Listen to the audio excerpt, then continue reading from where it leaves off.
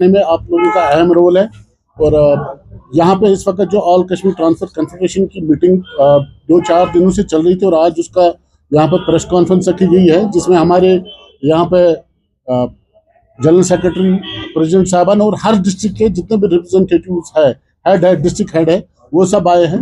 Regarding जो हमारा अभी पिछले 2 दिन पहले जम्मू जेके वेलफेयर एसोसिएशन ने स्ट्राइक की कॉल दी है मंडे को, क्योंकि हमें ऑन बोर्ड नहीं लिया गया, लेकिन कुछ चीज़ें हमें लोगों के सामने और ट्रांसपोर्टर के सामने लानी है। इस वजह से हमने प्रेस कॉन्फ्रेंस की है आज। आप लोगों को भी आगाह करते हैं और आपके साथ साथ जो हमारे साथ लोग जुड़े हैं उनको भी आगाह करना चाहते हैं कि देखिए, पहले स्ट्राइक जम्मू से उन्होंने कहा कि हम स्ट्राइक कर रहे हैं, किन मुद्दों पे कर रहे हैं वो उन्होंने बता दिए, लेकिन उन मुद्दों में जो हमें बू आई, जो कश्मीर के अपने मुद्दे हैं, जो हमारे अपने मुद्दे हैं, वो उसमें नहीं है। लेकिन हड़ताल होगा या नहीं होगा, हम उसमें साथ देंगे या नहीं देंगे, ये अभी हम फैसला नहीं ले पाए हैं, क्योंकि हम सैटरडे तक वेट कर रहे हैं कि हम इसमें साथ देंगे या नहीं, क्योंकि उन्होंने अपनी प्रेस रिलीज में कोई भी कश्मीर का कोई मुद्दा उसमें नहीं है। साथ साथ इससे पहले भी जब भी हमने स्ट्राइक करने से पहले जो उन्होंने मुद्दे बोले वो हमने ऑलरेडी उठाए हैं, गवर्नमेंट से टेकअप किए हैं, कमिश्नर सेक्रेटरी से, ट्रांसपोर्ट कमिश्नर से। वो 10 मुद्दे हमारे पास है और हमने इस पर काम भी किया है। लेकिन एक नई डेवलपमेंट जो परसों एक ऑर्डर्स हुआ सेंट्रल गवर्नमेंट की तरफ से कि जो हाइक हुआ फीस, इस बारे में ना तो अभी हम गवर्नमेंट के पास गए हैं, ना हमने गवर्नमेंट से बात की है, ना सेंट्रल गवर्नमेंट से, ना स्टेट गवर्नमेंट से। तो जब तक ना हम उनसे भी बात करें कि उनका जवाब क्या है, क्या वो कर पाएंगे या नहीं कर, क्योंकि ट्रांसपोर्ट को आपको पता है हम किन हालात से गुजरे हैं। आप देख रहे पिछले 30 साल से जो हालात यहाँ कश्मीर में रहे हैं, उसमें सबसे ज्यादा अगर हिट हुआ है तो वो ट्रांसपोर्टर हुआ है। इस ट्रांसपोर्टर की कमर तोड़ दी गई है। लेकिन अब अगर हम पिछले इतने सालों से हड़ताल करते गए लेकिन हमें कुछ हासिल नहीं हुआ, आज भी हम उसी मुद्दे पे खड़े हैं कि हम चाहते हैं कि हमें मजबूर ना करें हड़ताल करने। हम गवर्नमेंट को भी सजेशन दें कि हमें मजबूर ना करें। ये जो कन्फेडरेशन है, ये JNK की सबसे बड़ी तंजीम, बड़ी ऑर्गेनाइजेशन है, जिसमें जितने भी डिस्ट्रिक्ट है जुड़े हुए हैं और जितने भी यूनियंस है, 70-80% यूनियंस इस कन्फेडरेशन के साथ जुड़े हैं। लेकिन हम आपको एक बात बावर करना चाहते हैं, आप ये ना सोचे ट्रांसपोर्ट अलग है, ट्रांसपोर्टर एक है। इसके साथ साथ हम चाहते हैं कि आप बात करें जो हमारे मुद्दे हैं। ऑनलाइन सिस्टम डॉक्यूमेंट जो हमें प्रॉब्लम्स हो रही है, आप देख रहे हो हम RTO ऑफिस घूमते घूमते हम थक जाते हैं कि वहां पे हमारी जो ये डॉक्यूमेंटेशन है उनमें प्रॉब्लम्स आती है। फिटनेस के जब हमने मीटिंग की पिछले ही 9 तारीख को ट्रांसपोर्ट कमिश्नर से, तो वहां पे हमें मिला था जो ये ग्रीन टैक्स है, जिसका सबसे बड़ा इशू इस वक्त है। ग्रीन टैक्स है, ये साल में हमें 2 बार लिया जाता था, 8-8 हजार, 16 हजार और 13-13 हजार, 26 हजार। लेकिन उसके बाद जब हम दिल्ली गए, दिल्ली में हमने अपने ट्रांसपोर्ट मिनिस्टर से मुलाकात 2 बार की, उसमें ऑर्डर्स है कि ये जो ग्रीन टैक्स है ये साल में 1 बार लगेगा। लेकिन उसके बावजूद हमारे साथ क्या हुआ, हमारे साथ ये हुआ कि गवर्नमेंट ने एक इशू बना कि हमें ये ठीक नहीं हो रहा है, NIC प्रॉब्लम है। NIC प्रॉब्लम अभी तक ठीक नहीं हुई थी, लेकिन पिछले बार हमें कमिश्नर ट्रांसपोर्ट ने हमें बता दिया था कि अब आपको 8 ही हजार भरने हैं, लेकिन 2 किस्तों में भरने हैं। जब हम रात को सोए, सुबह उठे तो एक और ऑर्डर आया कि नहीं, आपको 20 मॉडल से ऊपर है, अब वो उसमें आपको 27 हजार देना है, इसी तरह 17 हजार देना है। तो हम मतलब बड़े परेशान है हम लोग। हम करें तो करेंगे, हड़ताल करेंगे तो उससे भी हमें ही मारा जा रहा है, नहीं करेंगे तो कोई हमारे पास हल ही नहीं है। हर दरवाजे पे जाके फिलहाल जो हमें अभी तक डेवलपमेंट इस गवर्नमेंट से जो हमने टेकअप किया है, कुछ चीजें हमारी हल हुई है, कुछ चीजें हमारी हल नहीं हुई। जो नई अभी जो ग्रीन टैक्स का मसला उठा है, ये हमारे लिए बड़ा परेशान कुन है। देखिए, हमें आप कंपेयर मत कीजिए बाकी स्टेट से, अदर स्टेट से।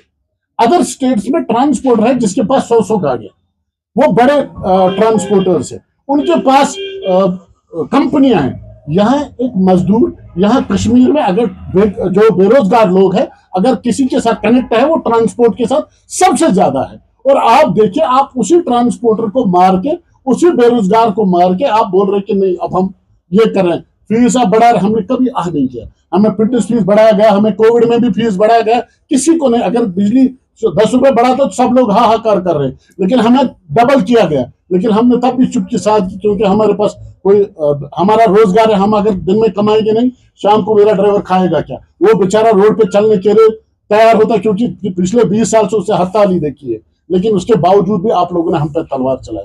हम चाहते हैं गवर्नमेंट से कि आप पहले ट्रांसपोर्ट पॉलिसी बनाइए। आपके पास ट्रांसपोर्ट पॉलिसी है नहीं और आप रातों रात ऑर्डर निकाल रहे हैं, अब ये करना, अब ये करना है। मुझे उन लोगों से जिन्होंने ये कॉल दी है, क्या उन्होंने लड़ा है? आज 40 साल की वो तंजीम है, क्या 40 साल तक उन्होंने ट्रांसपोर्ट पॉलिसी के लिए लड़ा है? नहीं लड़ा है।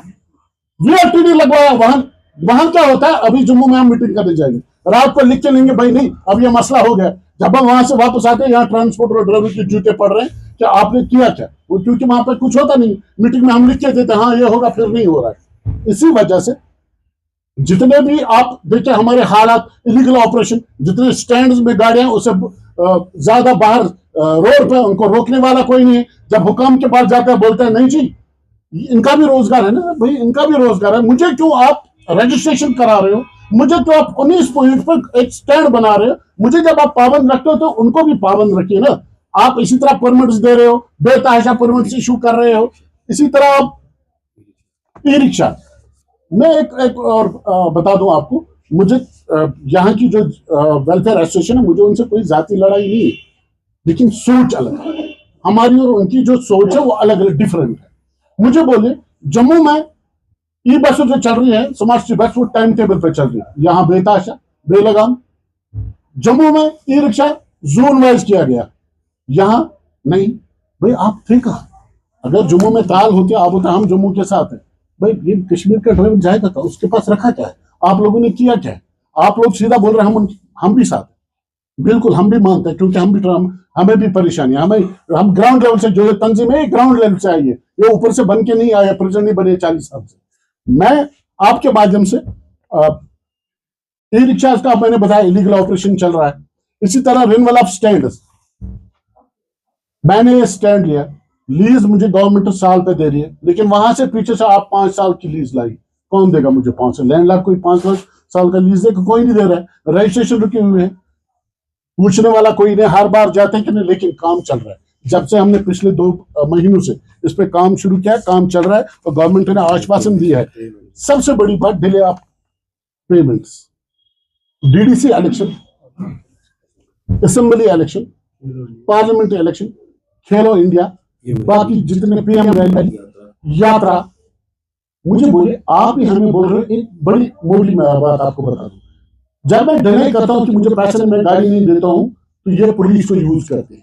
मैं आपके सामने और आपके ये कह रहा हूं आपके कि हमें फिर पुलिस के जरिए गाड़ियां लिया जाता है, जबरदस्ती गाड़ियां उठा के ले जाते हैं। आप बोलते हैं ये कॉन्ट्रैक्टर्स कि भाई आप एक काम कीजिए, हम आपको 15 दिन बाद पेमेंट देंगे। मुझे एक बात बताइए, कॉन्ट्रैक्टर अगर मुझे 1800 रेट है, मुझे वो 1200 देता है, 600 किसका खाता है? वो फिर जो मेरा नाइट 200 रुपए मिलता है वो कॉन्ट्रैक्टर खाता है, वो कैसे खाता है? फिर अगर आप कॉन्ट्रैक्ट को, अगर आपको ऐसा कि आपके पास प्रॉब्लम फंड सही है, फिर आप स्टैंड को दीजिए। आप डायरेक्ट स्टैंड, जिस डिस्ट्रिक्ट में आपको जितने गाड़ी चाहिए उस डिस्ट्रिक्ट जितने स्टैंड है उनको दीजिए, अगर उनके पास पेमेंट रहेगी भी तो दीजिए। लेकिन ठेकेदार मुझे नचा रहा है, कभी आज कर रहा है, कभी कल उनके कुछ अपने दलाल बैठे हैं, कभी आज कभी कल। अब हमें पेमेंट, यार मैं जिम्मेवार हूँ, किसी ठेकेदार को कॉन्ट्रैक्ट मेरा बिल्डिंग, अब उसको फंड रिलीज लेट होगा, क्या वो बिल्डिंग अधूरी छोड़ेगा?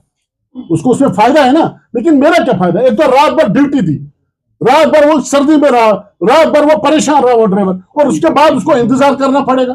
खेलो इंडिया आप ला रहे हो, गुलमर्ग में दिखा रहे हो लोगों को, लेकिन पैसा नहीं दे रहे। हाँ 4 साल से हम बोलते आ रहे हर बार कि हमें पैसा दीजिए, पैसा दीजिए।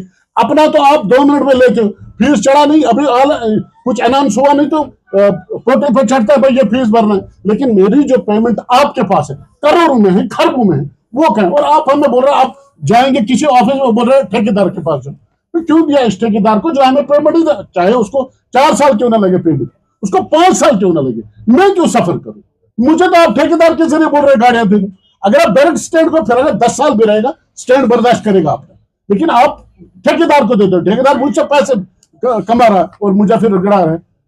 सबसे ये हमारे लिए बड़ा, आप देखिए गुर्बत है, हमारे बच्चों को फीस नहीं है उन ड्राइवरों को जिनका पेमेंट अभी तक बंद है।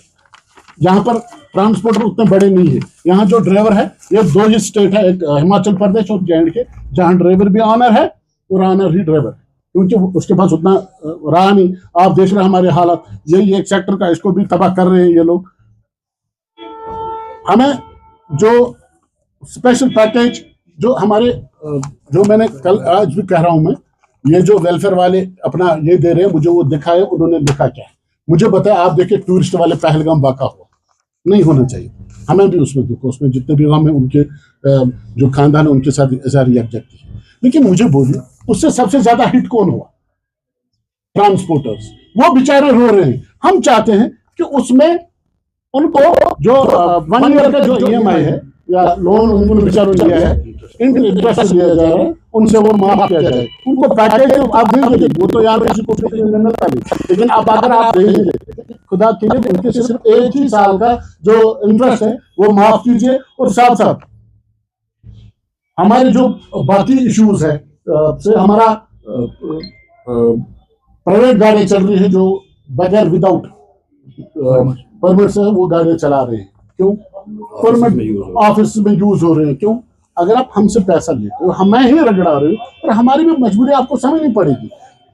हमारी मजबूरी न समझने के बावजूद आप हमें ये बोल रहे हो कि नहीं अब हम आपका ये सर काटेंगे। हमें एक ही जो सबसे ज्यादा जो हमारा इस वक्त स्मार्ट सिटी गाड़ियां का कह रहे हैं भाई, उसको तो जो आपका हम नहीं कह रहे, लोगों को आपको देना। देखो ये मैं नहीं कहूंगा कि स्मार्ट सिटी गाड़ियां क्यों चलेंगी, लोगों को फायदा देना, चेंज होना। कल ट्रेन आई, ये मैं नहीं कहूंगा ट्रेन मतलब ये कश्मीर में, लेकिन एक गाइडलाइन होती है, स्मार्ट सिटी गाइडलाइन है, उसमें जो लिखा हुआ है कौन किस तरह चलेगा। अब टाटा, क्योंकि ये टाटा ने ठेका लिया जो मैंने सुना है, वो टाटा बोल रहा मुझे डिस्ट्रिक्ट दीजिए, मुझे ये सब। अगर स्मार्ट सिटी डिस्ट्रिक्ट कहां से आया इसकी?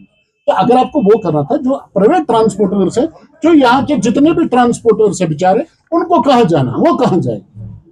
ये चीजें हमने आपके साथ साझा की, और साथ साथ आपके माध्यम से गवर्नमेंट सब कहना चाहते हैं कि हमारा जो स्ट्राइक पर जाने का इरादा है, अभी हम सैटरडे तक कोई मसला, क्योंकि हम देख रहे हैं, हमारी गहरी नजर है कन्फेडरेशन की इस चीज पे कि हम देखेंगे गवर्नमेंट करेगी क्या। अगर गवर्नमेंट ये ऑर्डर्स खुद ही निकालते गए, नहीं हम खुद ही बनाएंगे 18,000 20,000 25,000, फिर मजबूरन हमें भी सोचना पड़ेगा। लेकिन फिलहाल हम स्ट्राइक सैटरडे तक हम कुछ नहीं कह रहे हैं। सैटरडे शाम तक अगर कोई डेवलपमेंट नहीं हुई उनके साथ, क्योंकि ट्रांसपोर्ट एक ही है, बेताशा उनकी सोच अलग है, वो किस तरह चलते हैं हमें वो पता नहीं है, लेकिन हमारे जो काम करने का तरीका है वो हम प्रूफ के साथ आपको दिखा सकते हैं। वीएलटीडी माफ हुआ, जो ग्रीन टैक्स है वो साल में लगा, वो हमने अंत तक इस कन्फेडरेशन ने मेहनत की, इन लोगों ने मेहनत की, दिल्ली जाके जंतर मंतर पर धरना दे के बैठ के, उसके बाद वो हुआ। और इसी तरह आज भी हम इस चीज पर लड़ेंगे, लेकिन सैटरडे तक हमारी गहरी नजर रहेगी कि वो क्या करेंगे। उसके बाद जो फैसला होगा वो आपके साथ साझा किया जाएगा।